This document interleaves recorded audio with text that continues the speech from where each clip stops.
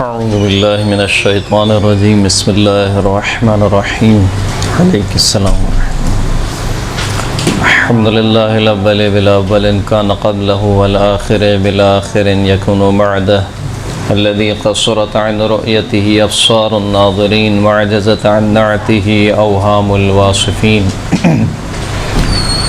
ثم الصلاة والسلام على أشرف الأنبياء والمرسلين وخاتم النبيين سيدنا ونبينا ومولانا ومولى الثقلين جد الحسن والحسين بالقاسم محمد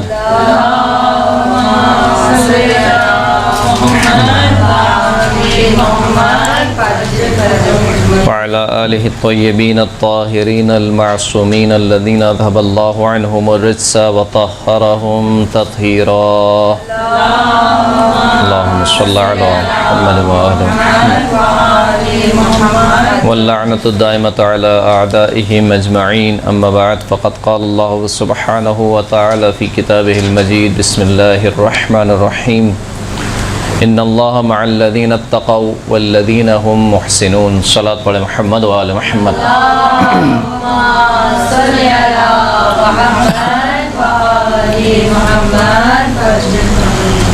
ہماری گفتگو خطبہ حمام کے بارے میں چل رہی تھی، جسے خطبہ متقین بھی کہا جاتا ہے۔ نہج البلاغہ اور دیگر کتب میں اس خطبے کو نقل کیا گیا۔ مولا کائنات نے ایک مختصر سے جواب دینے کے بعد جب حمام نے اصرار کیا کہ اسے مزید متقین کی صفات بیان کی جائیں، تو پھر اس کے بعد میرے مولا نے ایک خطبہ دیا جس میں متقین کی صفات کو بیان کیا، اور خطبے کا آغاز یہاں سے ہوا کہ فَإِنَّ اللَّهَ سُبْحَانَهُ وَتَعَالَى خَلَقَ الْخَلْقَ حِينَ خَلَقَهُمْ غَنِيًّا عَنْ طَاعَتِهِمْ آمنا من معصیتہم۔ خداوند کریم نے جب خلقت کو خلق کیا تو وہ ان کی اطاعت سے بے نیاز تھا اور ان سب کی معصیت سے امان میں تھا، یعنی کسی کی اطاعت اس کو کوئی فائدہ نہیں پہنچاتی اور کسی کی معصیت خدا کو کوئی نقصان نہیں پہنچاتی۔ فائدہ اور نقصان اس ہستی کے لیے تصور کیا جا سکتا ہے کہ جس میں کچھ کمی ہو، جس میں کچھ نہ ہو، کچھ نہ پایا جاتا ہو۔ کمال اور ترقی اس ہستی کے لیے، اس ذات کے لیے مفہوم رکھتی ہے کہ جس میں کوئی چیز موجود نہ ہو۔ یعنی مثال کے طور پر آج میرے پاس مال نہیں ہے، کل میں کچھ کماتا ہوں، کچھ مال حاصل کر لیتا ہوں، پھر اس کے بعد دوبارہ کچھ کماتا ہوں، پھر دوبارہ کچھ مال حاصل کر لیتا ہوں، تو تدریجاً میں ایک کمال کی طرف پہنچتا ہوں۔ معنوی اعتبار سے بھی ایسے ہی ہے کہ اگر مثال کے طور پر آج میرے اندر تقویٰ نہیں ہے یا تقویٰ کی وہ صفات نہیں ہے، تو میں عبادات کو اختیار کرتا ہوں، اطاعت کو اختیار کرتا ہوں، اور پھر تدریجاً میں اس سفر کو طے کرتا ہوں۔ ایسا کیوں ہوتا ہے؟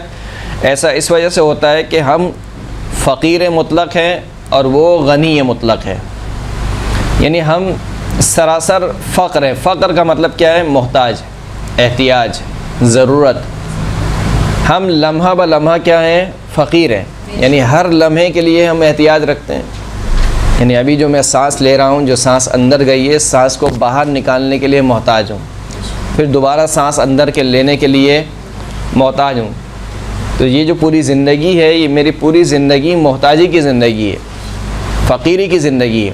اسی لیے قرآن مجید کی جو ایک آیت ہے کہ جس میں ارشاد ہوا کہ ربی انی بما انزلت الی من خیر فقیر، پروردگار جو تو نے میری طرف خیر میں سے نازل کیا ہے، میں ہمیشہ اس کا محتاج ہوں۔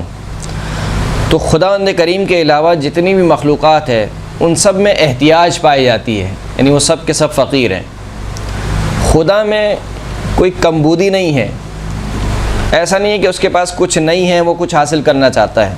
لہذا جب وہ کمال مطلق ہے، وہ بے نیاز ہے۔ بے نیاز کا مطلب کیا ہے؟ یعنی ہر لحاظ سے اسے کسی کی ضرورت نہیں ہے۔ تو جب اسے کسی چیز کی ضرورت نہیں ہے تو پھر ہماری عبادت اور ہماری معصیت، نہ ہماری عبادت اس کو کوئی فائدہ پہنچاتی ہے، نہ ہماری معصیت اس کو کوئی نقصان پہنچاتی ہے۔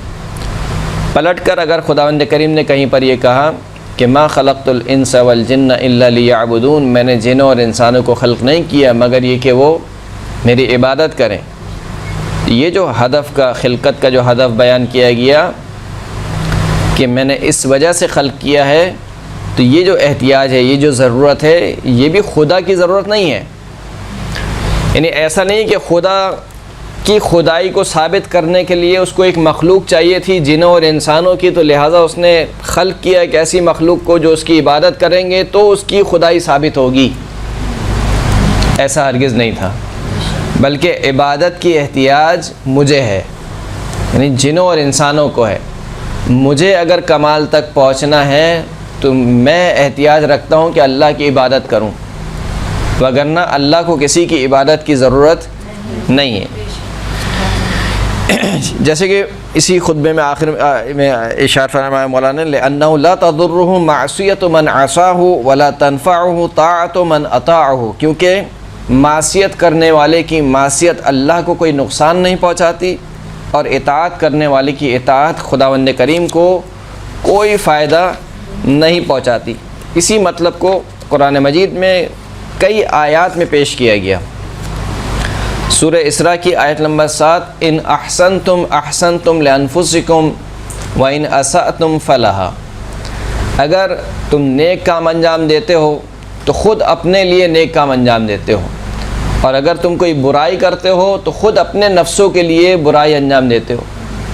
یعنی خیر اور شر، نیک اور بد، جو کچھ بھی ہے اس کی بازگشت کس کی طرف ہے؟ اپنی طرف ہی، تمہاری طرف ہے۔ اللہ کو کسی ضرورت نہیں ہے، اللہ کو کسی خیر کی ضرورت نہیں ہے، نہ کسی کی خیر کی ضرورت ہے، نہ کسی کی معصیت سے، کسی کے شر سے اللہ میں کوئی کمی آ جاتی ہے، اس کی خدائی میں کوئی کمی نہیں آتی۔ لہٰذا خیر اور شر کی بازگشت کس کی طرف ہو رہی ہے؟ تمہاری طرف۔ یعنی یہ خیر پلٹے گا بھی تمہاری طرف، یہ شر بھی کہاں پلٹے گا؟ خود تمہاری طرف پلٹے گا۔ درست۔ سورہ بقرہ آیت نمبر 110 میں خداوند کریم نے ارشاد فرمایا کہ وما تقدموا لانفسکم من خیر تجدوہ عند اللہ، دیکھو جو کچھ بھی تم اپنے نفسوں کے لیے آگے بھیج رہے ہو خیر میں سے، تجدوہ عند اللہ، وہ تم پاؤ گے اللہ کے پاس۔ اب اس تعبیر کو آپ ملاحظہ کیجئے کہ وما تقدموا لانفسکم، جو تم بھیج رہے ہو کس لیے؟ لانفسکم، خود اپنے لیے۔ یعنی میں نماز پڑھ رہا ہوں، کس کے لیے پڑھ رہا ہوں؟ اپنے لیے پڑھ رہا ہوں۔ روزہ رکھ رہا ہوں اپنے لیے، صحیح، حج و زکوٰۃ دیگر فرائض پر عمل کر رہا ہوں، زکوٰۃ دے رہا ہوں، زکوٰۃ فطرہ دے رہا ہوں، صدقہ دے رہا ہوں، یہ سب کس کے لیے؟ میں نے کسی پر احسان نہیں کیا سوائے اپنی ذات پر۔ ما تقدموا لانفسکم، جو تم بھیج رہے ہو اپنے نفسوں کے لیے، من خیر، خیر میں سے، جو کچھ بھی تم اپنے نفسوں کے لیے آگے بھیجتے ہو خیر میں سے، تجدوہ عند اللہ، وہ تم اللہ کے پاس پاؤ گے۔ سورہ روم آیت نمبر 44 میں خداوند کریم نے ارشاد فرمایا کہ من کفر فعلیہ کفرہ ومن عمل صالحا فلانفسہم یمہدون، جو شخص بھی کفر اختیار کرتا ہے فعلیہ کفرہ، تو اس کا کفر خود اس کے اوپر ہے، یعنی اس کا وبال خود اس کے اوپر ہے، خدا کو کوئی نقصان نہیں پہنچتا۔ یعنی ایک لمحے کے لیے آپ فرض کیجئے کہ پوری کی پوری کائنات کافر ہو جائے، حتیٰ چرند و پرند اور حیوانات، پوری کائنات اللہ کا انکار کرے، تو اس سے کیا ہوگا؟ کیا اللہ کی خدائی میں کوئی کمی آ جائے گی؟ کوئی نقصان کر بیٹھے گا خداوند کریم؟ کچھ نہیں ہوگا اس کا، وہ غنی بے نیاز ہے۔ تو فرمایا کہ جو کفر اختیار کرے تو اس کا کفر اسی کے اوپر ہے۔ ومن عمل صالحا فلانفسہم، جو نیک عمل انجام دیتا ہے فلانفسکم، وہ بھی ہم پر احسان نہیں کرتا، فلانفسکم، فلانفسہم، وہ بھی خود اپنے نفسوں کے لیے۔ یعنی انسان بسا اوقات جب عبادات انجام دیتا ہے تو گویا اس کے اندر ایک ایسی کیفیت آ جاتی ہے کہ آج تو میں نے بہت بڑا کام کر دیا خدا کے لیے۔ مثلا کوئی نماز شب پڑھنے والا نہ ہو اور وہ ایک دم سے نماز شب پڑھنے لگے، یا مثال کے طور پر کوئی فقیر آ جائے اور کچھ پیسے نکال کے اس کو دے دے، یا کوئی بھی ایسا کام جو روٹین سے ہٹ کر ہو وہ انجام دے دے، نیک کام کی بات کر رہا ہوں، تو بسا اوقات انسان کو یہ خیال آتا ہے کہ آج تو میں نے یعنی کوئی پہاڑ اکھاڑ دیا ہے، خدا کے اوپر کتنا میں نے احسان کر دیا مثال کے طور پر، یا کوئی ایسی نماز پڑھ لے جو نہ پڑھتا ہو مثال کے طور پر۔ لیکن سب خوش ہونا تو بنتا ہے نا کہ اندر جی خوش ہونا ضرور بنتا ہے، ضرور انسان کو خوش ہونا چاہیے، لیکن دوسری طرف انسان کو یہ سمجھنا چاہیے کہ جو بھی میں نے انجام دیا یہ بہت کم ہے۔ یہ کیا ہے؟ بہت کم۔ بہت کم ہے۔ حضرت لقمان نے اپنے بیٹے کو نصیحت کی، اس نصیحت میں ارشاد فرمایا کہ دیکھو اگر تم ثقلین کے برابر عبادت انجام دو، ثقلین کسے کہتے ہیں؟ ثقلین جن و انس یا دنیا اور آخرت، ثقلین کے برابر یعنی جن و انس کے برابر اگر تم عبادت انجام دو، پھر بھی تم یہ سمجھنا ہے کہ تم نے عبادت کا حق ادا نہیں کیا، تم نے کوتاہی کی ہے عبادت انجام دینے میں۔ اور اگر تم ثقلین کے برابر گناہ انجام دو تب بھی نا امید نہیں ہونا، اس لیے کہ تمہارے گناہ چھوٹے ہیں، خدا کی رحمت ان سے بڑی ہے۔ کہیں بڑھ کر ہے۔ تو بہرحال اس حدیث کا ریفرنس کر مجھے یاد نہیں ہے، لیکن یہ بہرحال یہ روایت نقل ہوئی ہے۔ تو انسان کو جب انسان نیک اعمال انجام دیتا ہے یقیناً اس کو خوش ہونا چاہیے کہ خداوند کریم نے مجھے توفیق دی کہ اس کی دی ہوئی توفیق سے میں نے یہ کام انجام دیے ہیں۔ یہ ایک الگ احساس ہے، اور ایک یہ احساس کہ میں نے آج یعنی بہت بڑا کام کر دیا، یعنی خدا کے حق میں نعوذ باللہ کہ میں نے کتنا بڑا احسان کر دیا، یہ ایک الگ احساس ہے۔ من اهتدى فإنما يهتدي لنفسه ومن ضل فإنما يضل عليها، جو بھی ہدایت پائے تو وہ ہم پر احسان نہیں کرتا، فإنما يهتدي لنفسه، اس نے ہدایت خود اپنے لیے پائی ہے۔ اگر آپ ہدایت پا رہے ہیں تو یہ ہدایت کس کے لیے؟ خود آپ کے لیے، اللہ پر کو اس کا کوئی فائدہ نہیں پہنچے گا۔ ومن ضل فإنما يضل عليها، اور جو گمراہ ہو جائے تو اس کی گمراہی بھی اسی کے اوپر ہے، نقصان بھی تمہارے لیے ہے، فائدہ بھی تمہارے لیے۔ وَلَقَدْ آتَيْنَا لُقْمَانَ الْحِكْمَةَ أَنِ اشْكُرْ لِلَّهِ، ہم نے لقمان کو حکمت عطا کی۔ حکمت کیا تھی؟ أَنِ اشْكُرْ لِلَّهِ، اللہ کا شکر ادا کرو۔ وَمَن يَشْكُرْ فَإِنَّمَا يَشْكُرُ لِنَفْسِهِ، جو بھی اللہ کا شکر ادا کرتا ہے تو وہ یہ نہ سمجھے کہ اللہ پر احسان کر رہا ہے، بلکہ فَلِنَفْسِهِ، خود اپنے لیے۔ یعنی خدا کا شکریہ بھی ہم جو ادا کر رہے ہیں وہ بھی خدا تک نہیں پہنچتا، اس کا فائدہ خدا تک نہیں پہنچتا ہے، وہ بھی خود ہمارے لیے۔ وَمَن كَفَرَ فَإِنَّ اللَّهَ غَنِيٌّ حَمِيدٌ، اور جو کفر اختیار کرے، کفران نعمت کرے، تو وہ یہ نہ سمجھے کہ میں نے خدا کا بہت بڑا نقصان کر لیا، خداوند کریم بے نیاز ہے۔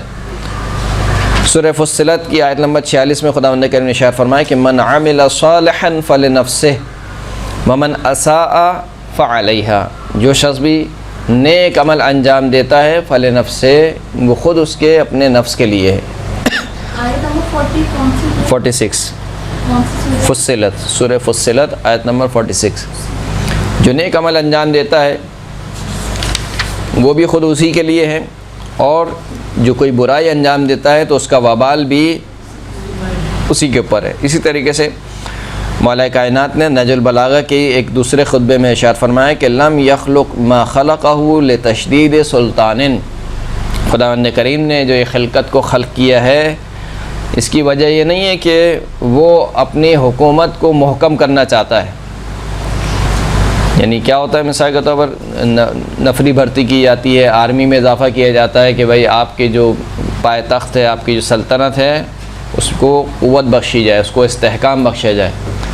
خدا نے یہ کام اس لیے نہیں کیا کہ انسانوں کو خلق کیا کہ میں اتنے انسانوں کو خلق کروں تاکہ میری حکومت کیا ہے، کوئی گرا نہ سکے، کوئی مثال کے طور پر جو رول نہ لا سکے، کوئی ریفرنس پاس نہ ہو سکے، ایسا کچھ نہیں ہے۔ لم یخلق ما خلق اللہ لتشدید سلطان ولا تخویف من عواقب زمان، نہ ہی اس وجہ سے خلق کیا کہ زمانے کے جو عواقب ہیں ان کا خوف ہو خداوند کریم کو، کہ ابھی میں ان سب لوگوں کو خلق کر لوں تاکہ آئندہ جب زمانہ آئے تو ایسا نہ ہو کہ میری خدائی کچھ خطرے میں پڑ جائے تو ان لوگوں کو میں آگے کر دوں، نعوذ باللہ، ایسا بھی نہیں ہے۔ ولا استعانۃ علی ند مثابر، نہ ہی خداوند کریم نے ان کو اس لیے خلق کیا ہے کہ اپنے جیسے نعوذ باللہ کسی شریک پر مدد طلب کرنے کے لیے فوج کو بھرتی کیا ہو، اس وجہ سے بھی خلق نہیں کیا خداوند کریم۔ ولا شریک مکاثر ولا ضد منافر لیکن خلائق مربوبون وعباد داخرون، لیکن خداوند کریم نے کیوں خلق کیا؟ سب کو خداوند کریم نے خلق کیا تاکہ خداوند کریم ان کی پرورش کرے۔ مربوبون، خداوند کریم ان کی پرورش کرے، اور یہ سب کے سب کیا ہے؟ اللہ کی رحمت کے محتاج ہیں۔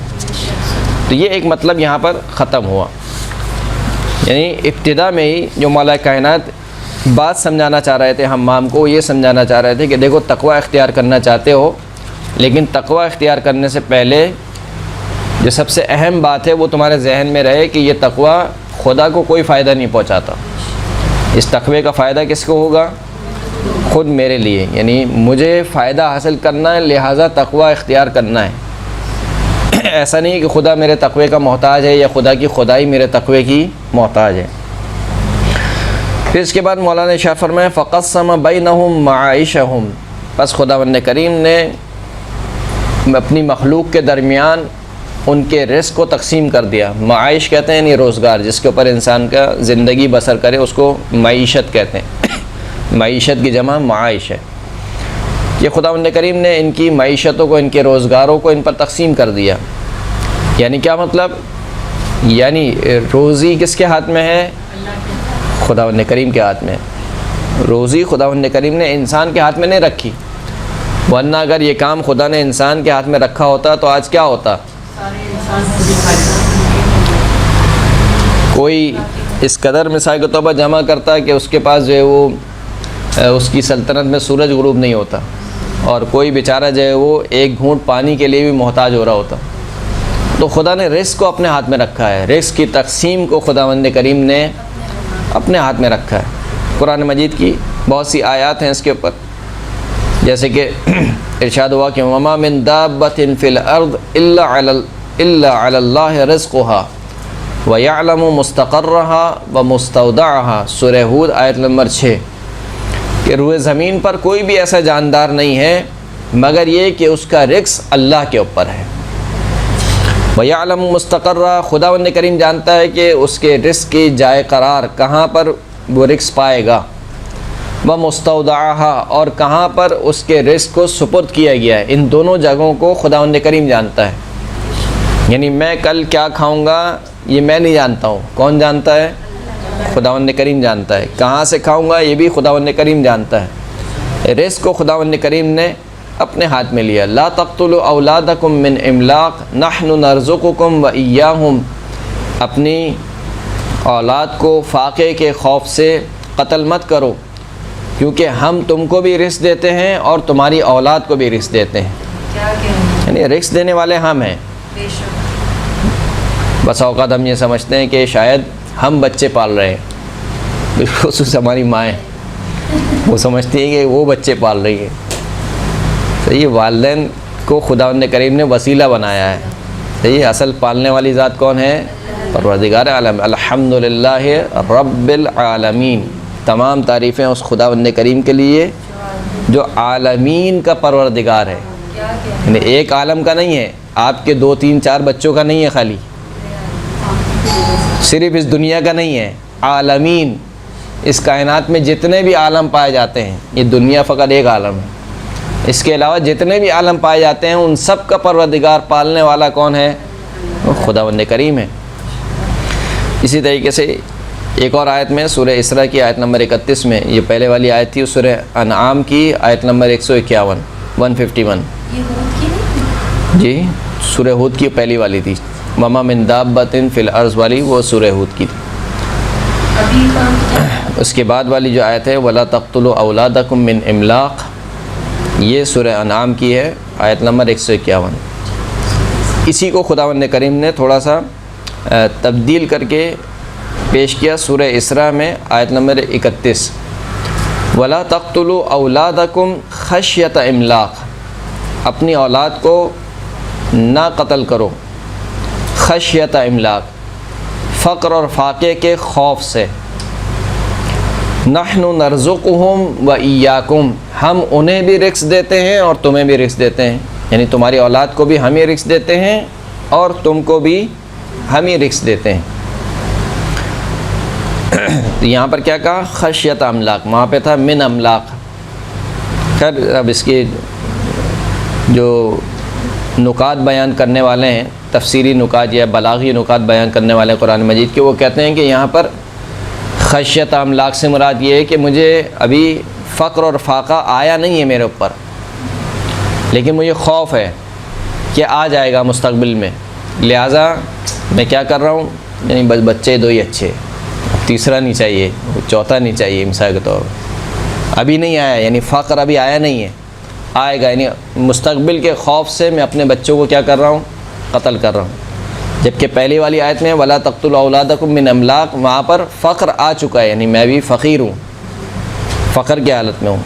تو دونوں صورتوں میں کہا خداوند کریم نے کہ چاہے تمہیں فقر حاصل ہو، چاہے فقر کا تمہیں خوف ہو، دونوں صورتوں میں اپنی اولاد کو قتل نہ کرو، ہم تمہیں بھی رزق دینے والے ہیں اور ہم ہی تمہاری اولاد کو بھی رزق دینے والے ہیں۔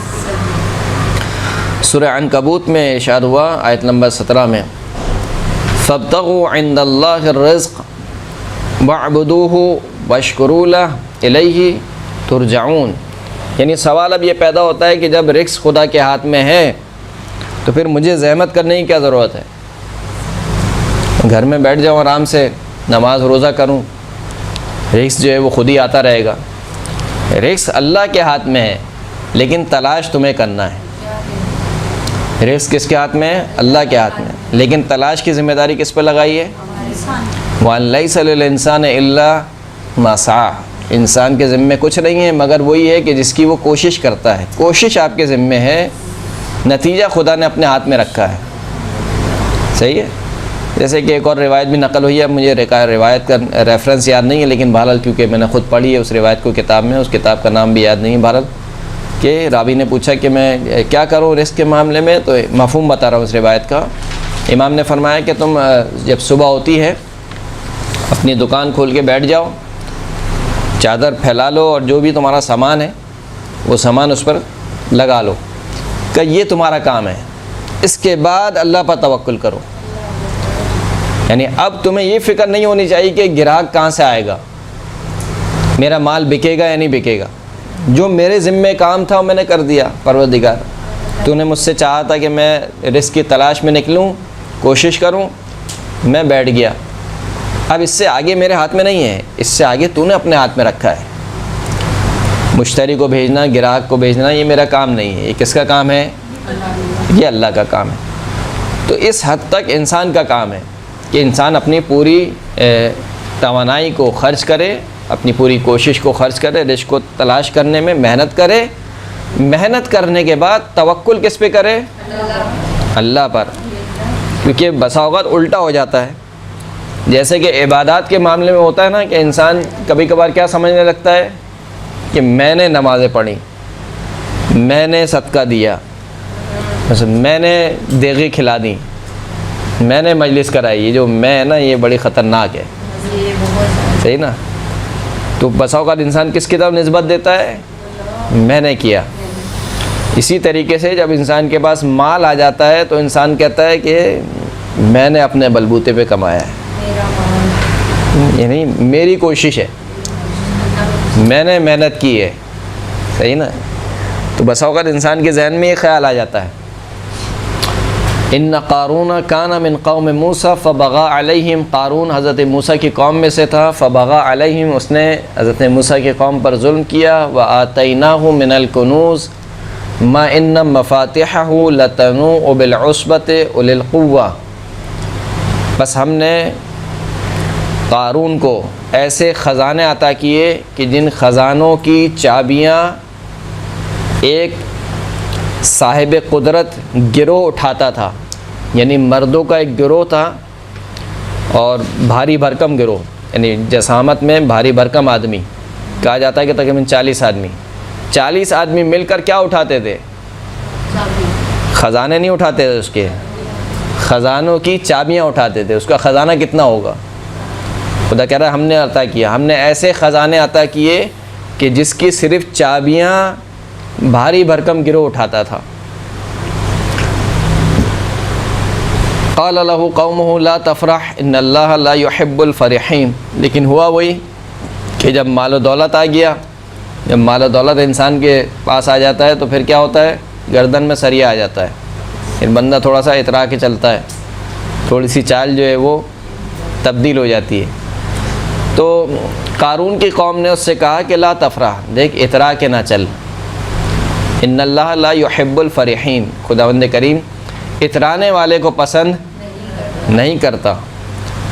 وابتغ فیما آتاک اللہ الدار الآخرہ، اور جو کچھ تمہیں اللہ نے دیا ہے اس سے آخرت کا گھر خرید لے.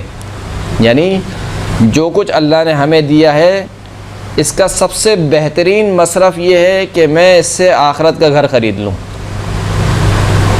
یعنی میں آپ کو مثال دوں، مثال کے طور پر آپ کے پاس 100 روپے، آپ 100 روپے سے کوئی چیز خرید سکتے ہیں، وہ آپ کھا لیں گے ختم ہو جائے گی، آپ کے جسم میں لگ جائے گی، یا کوئی چیز آپ پہن لیں گے مثال کے طور پر، یا کوئی چیز لے لیں گے، وہ بالآخر ایک وقت کے بعد کیا ہو جائے گی، ختم ہو جائے گی.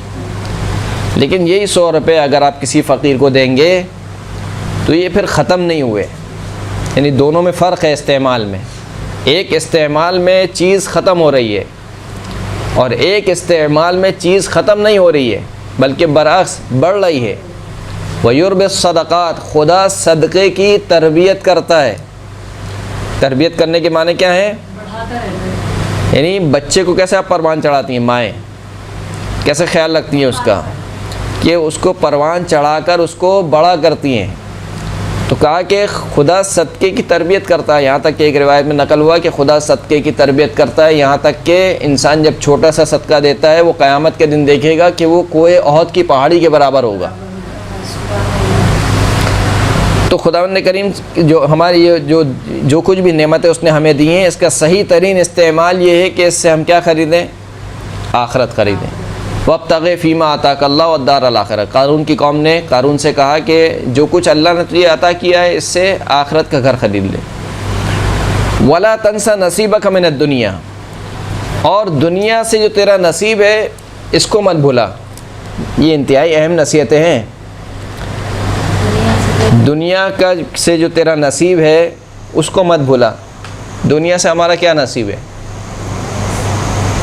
یہاں پہ ہم سوال جواب کے لیے، آزمائش کے لیے آئے ہیں. کیا نصیب کیا ہے، کیا نصیب سے مراد یعنی میرا حصہ. میرا حصہ کیا ہے دنیا سے؟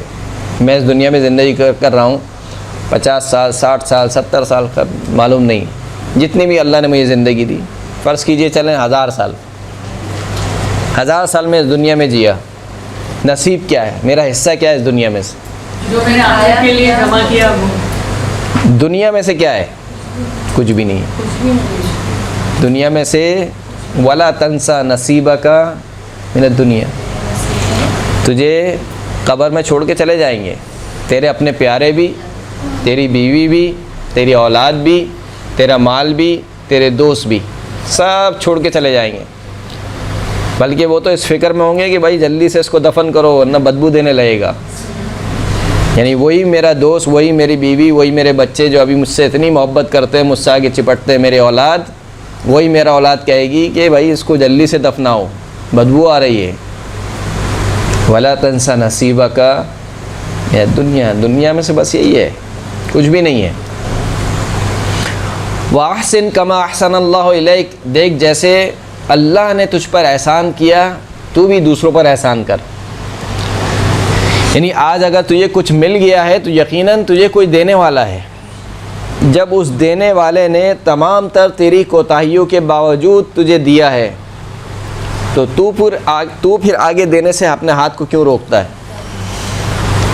یعنی میں اپنے نامہ اعمال کو ایک مرتبہ اپنے سامنے رکھوں اور ایک مرتبہ اپنے سامنے رکھوں کہ کیا کیا خدا نے مجھے دیا ہے، اور پھر ان دونوں کا تقابل کروں کہ یہ جو نامہ اعمال تھا کیا یہ ڈیزرو کرتا تھا کہ مجھے یہ چیزیں ملیں؟ صحیح ہے نا. اس کے باوجود خدا کریم نے دیا ہے اور مسلسل دے رہا ہے. تو وہ جب ہمارے اس قدر سیاہ نامہ اعمال کے باوجود ہمیں مسلسل دے رہا ہے تو ہمیں آگے دینے میں کیوں شرم محسوس ہوتی ہے، کیوں ہم ہاتھ روک کر رکھتے ہیں؟ دیکھیے اسلام کا فلسفہ یہ ہے کہ آپ جتنا دیں گے اتنا آئے گا، روک لیں گے تو رک جائے گا. فطرت کا قانون بھی یہی ہے. آپ پانی کا چشمہ کھودیں، پانی جب تک بہتا رہے گا پانی نکلتا رہے گا. پانی کو آپ نے روک دیا چشمے سے پانی آنا بند ہو جائے گا. کنواں کھودیں آپ، بورنگ کھودیں، بورنگ آپ استعمال نہیں کریں 1 سال تک ختم ہو جائے گی، بیٹھ جائے گی. لیکن جب تک پانی چلتا رہے گا پانی آتا رہے گا. یہ قانون ہے، یہ قانون ہے فطرت کا. جب تک آپ دیتے رہیں گے آتا رہے گا. آپ نے خود روک لیا تو اس وقت کیا ہو جائے گا؟ بند ہو جائے گا، رک جائے گا. وَأَحْسِن كَمَا أَحْسَنَ اللَّهُ إِلَيْكَ وَلَا تَبْغِ الْفَسَادَ فِي الْأَرْضِ، اور روئے زمین پر فساد برپا نہ کر. ان اللہ لا يحب المفسدین، خداوند کریم فساد پھیلانے والوں کو پسند نہیں کرتا. یہ دیکھیے کتنی خوبصورت نصیحتیں تھیں جو قارون کو اس کی قوم نے کی. کہ پہلی نصیحت یہ کی کہ اطراع کرنا چل، خدا اترانے والوں کو پسند نہیں کرتا. دوسری نصیحت یہ کی کہ جو کچھ خدا نے تجھے دیا ہے اس سے آخرت کا گھر خرید لے. تیسری نصیحت یہ تھی کہ دنیا سے جو تیرا نصیب ہے اس کو مت بھولا. چوتھی نصیحت یہ تھی کہ خدا نے جس طریقے سے تیرے ساتھ احسان کیا، تجھے دیا، مال و متاع دیا، تو دوسروں پر احسان کر. اور پانچویں نصیحت کیا تھی کہ زمین پر فساد نہ پھیلا، خداوند کریم فساد پھیلانے والوں کو پسند نہیں کرتا. اتنی خوبصورت نصیحتیں. اس کے جواب میں قارون نے کیا کہا؟ قال انما اوتیتہ علی علم عندی، جو کچھ مجھے دیا گیا ہے وہ میرے اس علم کے سبب دیا گیا ہے جو میرے پاس ہے. یعنی یہاں پر کیا آ گئی؟ قارون کی میں آ گئی. جب انسان سمجھتا نا کہ یہ تو میں نے بنایا ہے، یعنی بینک بیلنس، یہ مثال کے طور پر جائیداد، فیکٹری کھڑی کر دی، یہ کیا کیا ہے؟ میں نے کیا ہے. یہ جب میں انسان کے اندر آ جاتی ہے بڑی خطرناک ہے. سب کچھ اللہ کا دیا ہوا ہے، میں کیا چیز ہوں؟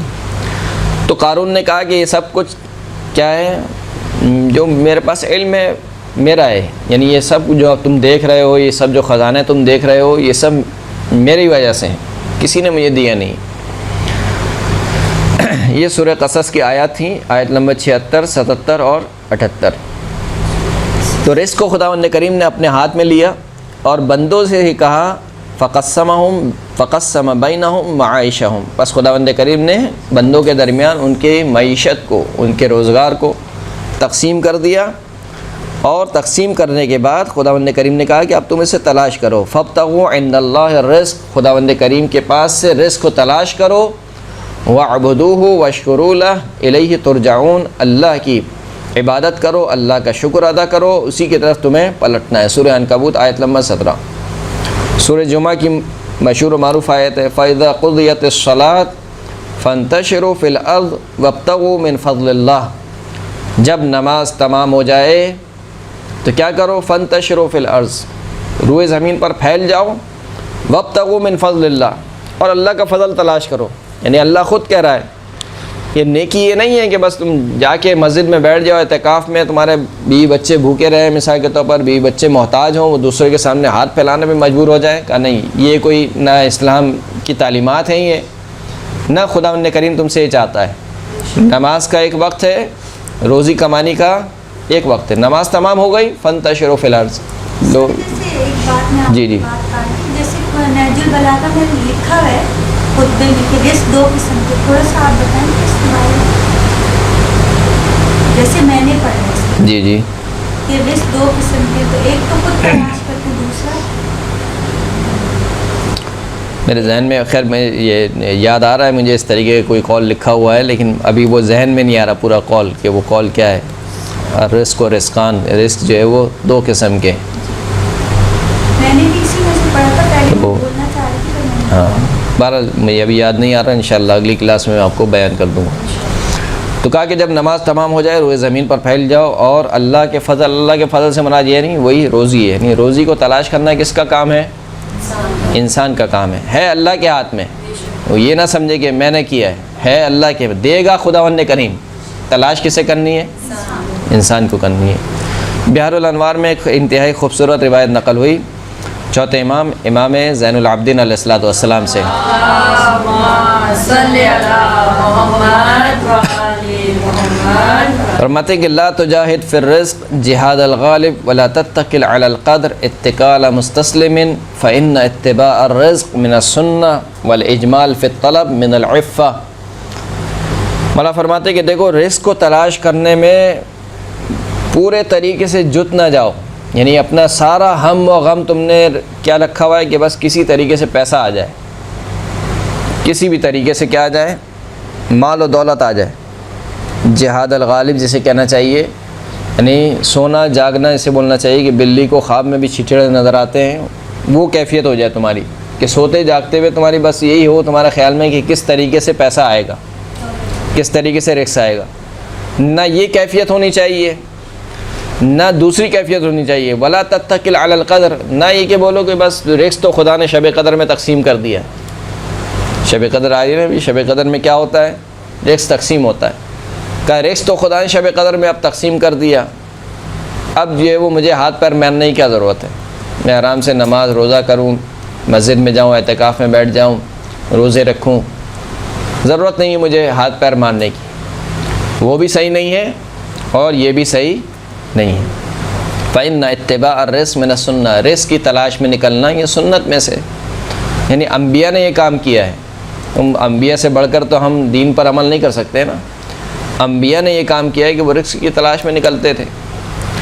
والاجمال فی الطلب من العفہ، اور رزق کو تلاش کرنے میں خوبصورتی دکھانا۔ خوبصورتی کا کیا مطلب ہے، یعنی نہ ہی لالچ دکھانا اور نہ ہی بالکل یکسرے چھوڑ دینا، یعنی آتے ہوئے گراہک کو بھی واپس بھیج دینا، نہیں بھائی جاؤ ابھی ہم نماز پڑھنے میں مشغول ہیں، یہ بھی صحیح نہیں ہے۔ اول اجمال فی الطلب، رزق کو طلب کرنے میں اجمال خوبصورتی دکھانا، من العفہ یہ پاک دامنی میں سے ہے۔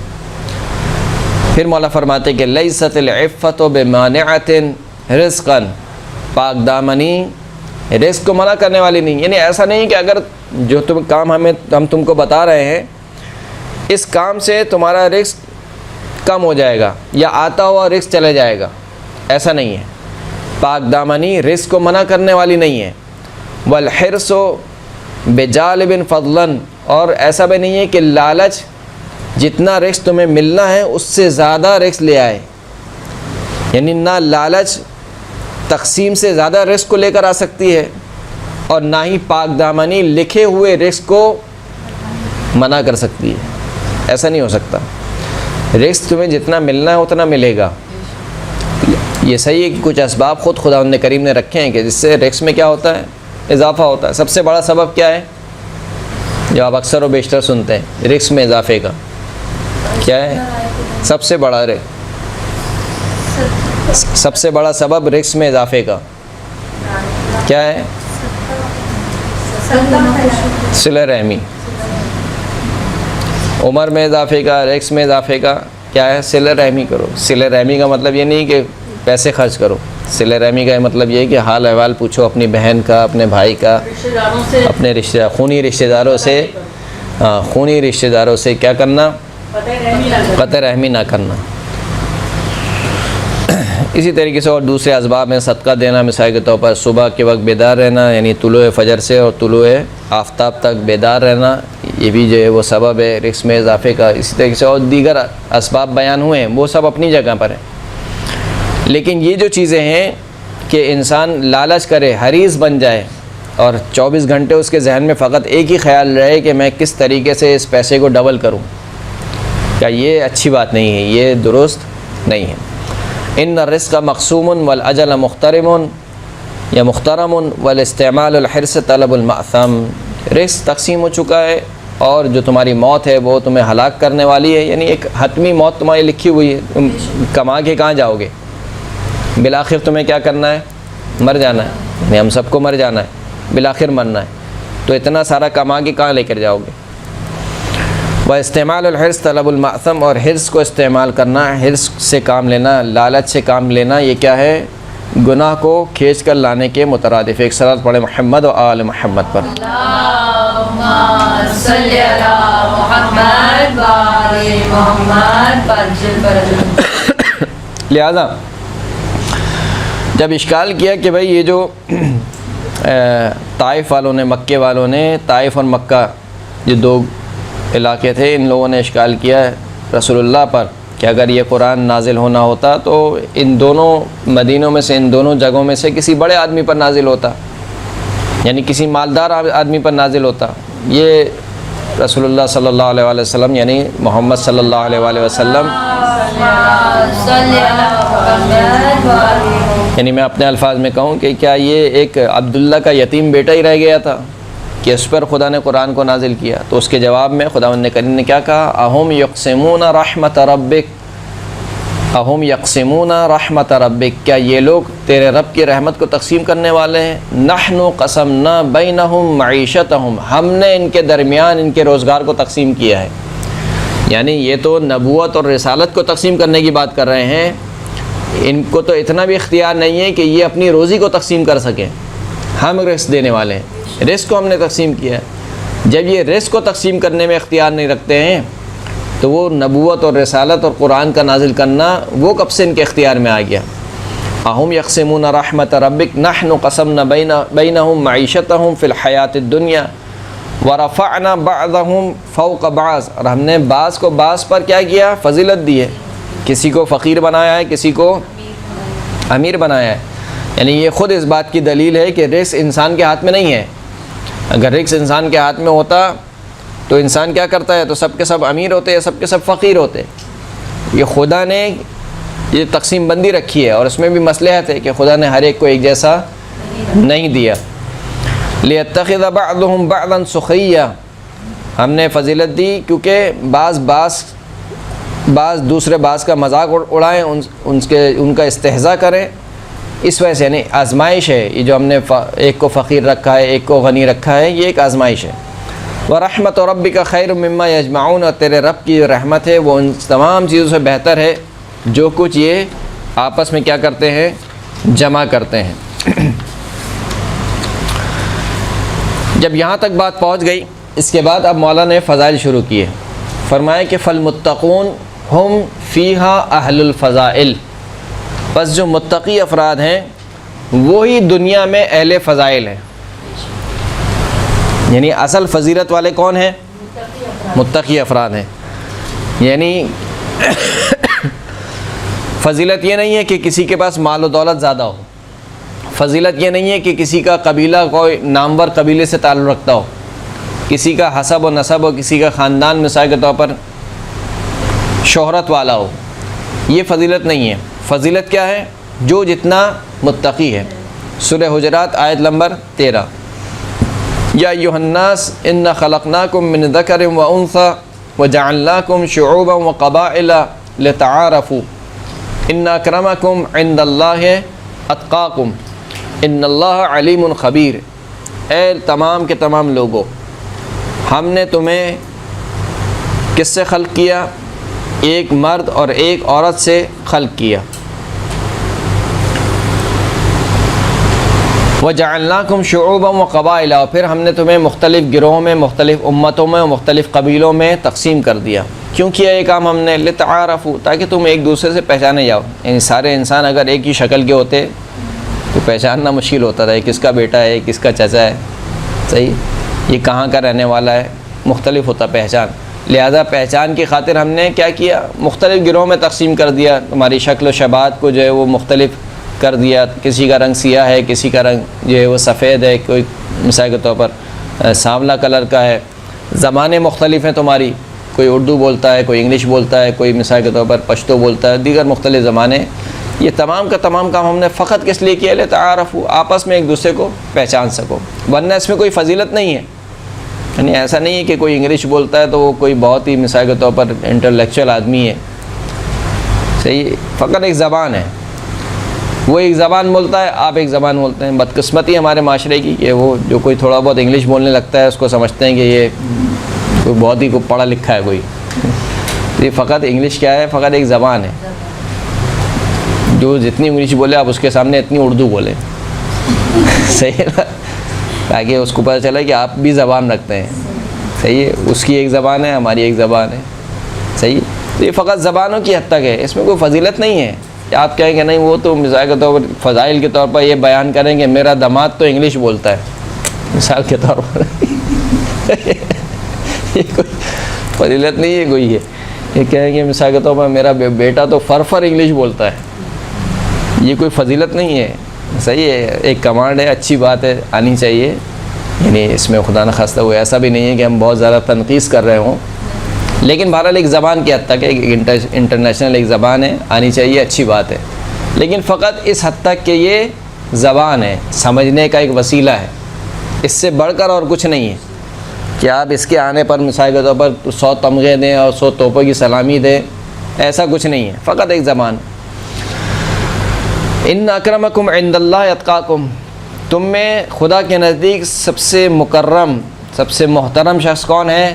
اتقاکم، جو تم میں سب سے زیادہ متقی ہے، نہ وہ کہ جسے انگلش آتی ہے، نہ وہ کہ جسے پشتو آتی ہے، نہ وہ جسے فارسی آتی ہے، نہ وہ جسے عربی آتی ہے، نہ وہ جو امریکہ میں رہتا ہے، نہ وہ جو پاکستان میں رہتا ہے، نہ وہ جو مثال کے طور پر اس کا قوم و قبیلہ مثال کے طور پر قریش سے ہے یا عجم سے ہے یا عرب سے ہے، کچھ نہیں، تم میں سب سے زیادہ خدا کے نزدیک مکرم کون ہے؟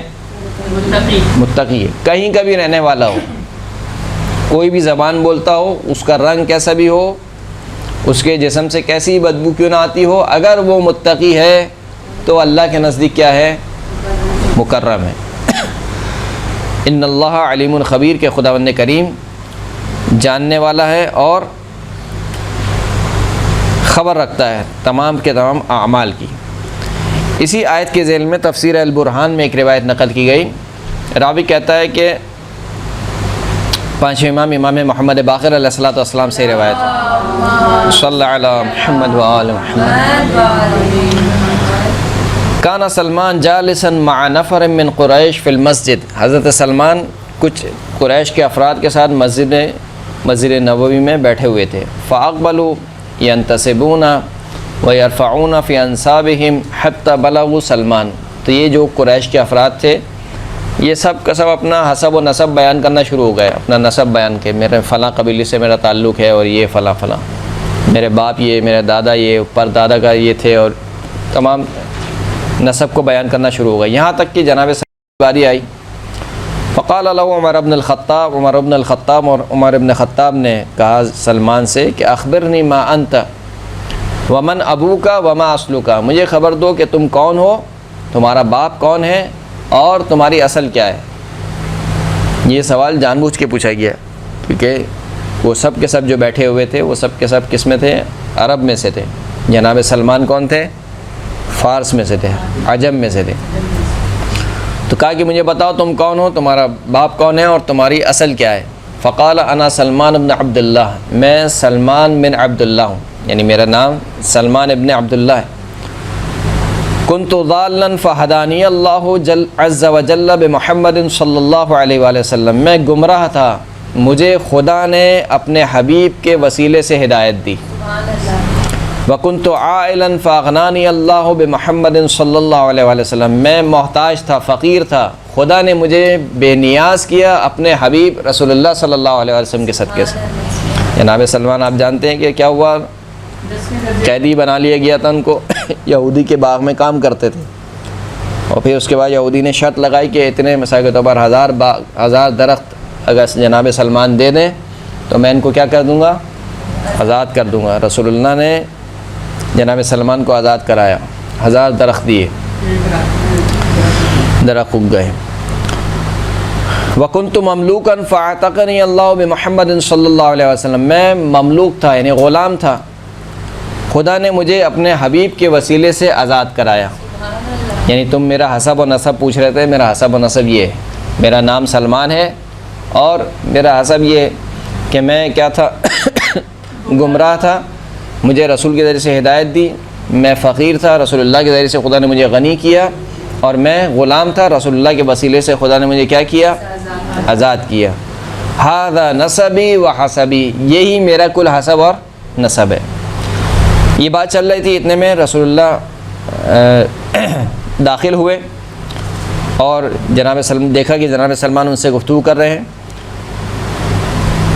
تو جناب سلمان نے رسول خدا سے فرمایا کہ یا رسول اللہ ما لقیت من ہؤلاء جلست معهم فاخذوا ينتصبون يرفعون وَيَرْفَعُونَ فِي أَنْصَابِهِمْ حَتَّى إِذَا بَلَغُوا إِلَيَّ قَالَ عمر بن الخطاب من أنت وما أصلك وما حسبك. یعنی وہ ساری داستان جو تھی وہ جناب سلمان نے رسول اللہ کے گوش گزار کی کہ میں اس طریقے سے بیٹھا ہوا تھا، یہ سب اپنے حسب و نسب بیان کر رہے تھے. میری باری آئی تو مجھ سے کہا گیا کہ تم اپنا نام بتاؤ، تمہاری اصل کیا ہے، تمہارا حسب کیا ہے، تو میں نے وہ سارا چیزیں بیان کی. پھر اس کے بعد رسول اللہ نے فرمایا کہ یا معاشر قریش ان حسب الرجل دینہ، انسان کا حسب اس کا دین ہے. یعنی انسان کا جو حسب ہے اگر اس کو دیکھنا چاہتے ہو، اعمال اگر اس کو دیکھنا چاہتے ہو تو یہ نہ دیکھو کہ اس کے پاس کتنی بڑی گاڑی ہے، یہ نہ دیکھو کہ اس کا کتنا بینک بیلنس ہے، بلکہ یہ دیکھو کہ اس کا دین کیسا ہے. وَمُرُوَّتُهُ خُلُقُهُ، اور انسان کی مروءت، انسان کی جوان مردگی اس کا اخلاق ہے. وَأَصْلُهُ عَقْلُهُ، انسان کی اصل اس کی عقل ہے. قال اللہ عز وجل، پھر رسول اللہ نے یہ والی آیت پڑھی اِنَّا خَلَقْنَاكُم مِّن ذَكَرٍ وَأُنثَىٰ وَجَعَلْنَاكُمْ شُعُوبًا وَقَبَائِلَ لِتَعَارَفُوا. اے لوگو، ہم نے تمہیں ایک مرد ایک عورت سے خلق کیا اور تم کو مختلف گروہوں میں مختلف قبائل میں تقسیم کر دیا تاکہ تم ایک دوسرے کو پہچانو. اِنَّ أَكْرَمَكُمْ عِندَ اللَّهِ أَتْقَاكُمْ، بے تحقیق تم میں سب سے محترم اللہ کے نزدیک وہ ہے کہ جو تم میں سب سے زیادہ متقی و پرہیزگار ہے. پھر اس کے بعد رسول اللہ نے جناب سلمان سے فرمایا کہ یا سلمان لیس لأحد من هؤلاء علیک فضل الا بتقوی اللہ عز وجل. اے سلمان، ان میں سے کسی ایک کو بھی تم پر کوئی فضیلت حاصل نہیں ہے مگر فقط و فقط اللہ کے تقوی کے سبب. یعنی اگر ان میں سے تم کسی کو دیکھو کہ کوئی تم سے زیادہ متقی ہے تو وہ تم پر فضیلت رکھتا ہے، لیکن اگر تم دیکھتے ہو کہ ان میں سے کوئی تم سے زیادہ متقی نہیں ہے تو اس کا مطلب ہے کہ تم سب سے زیادہ متقی اور پرہیزگار ہو، تم سب سے زیادہ فضیلت رکھتے ہو. تو حسب اور نسب اور دنیا کے جو معیارات ہیں وہ سب اپنی جگہ، اللہ کے نزدیک اللہ کی بارگاہ میں فقط ایک ہی معیار ہے اور وہ کیا ہے؟ تقوی کا معیار ہے. اسی کو مولا کائنات نے بیان کیا ہے کہ فالمتقون ہم فیہا اہل الفضائل، جو متقی افراد ہیں وہی اس دنیا میں کیا ہیں؟ اہل فضائل ہیں اور فضیلت رکھتے ہیں. یہ خطبہ کیونکہ طولانی ہے اور بدقسمتی سے، یعنی بدقسمتی کیا بولوں گا، خیر میری نااہلی ہے کہ مجھے گفتگو کرنا نہیں آتی ہے. اس درس کے بعد تقریباً ایک درس اور رہ گیا ہے، کوشش کریں گے کہ اس درس کے اندر جتنے ہم صفات کو پڑھ سکیں جلدی کچھ ہم ان صفات کو پڑھیں گے. وآخر الدعوانا الحمد للہ رب العالمین.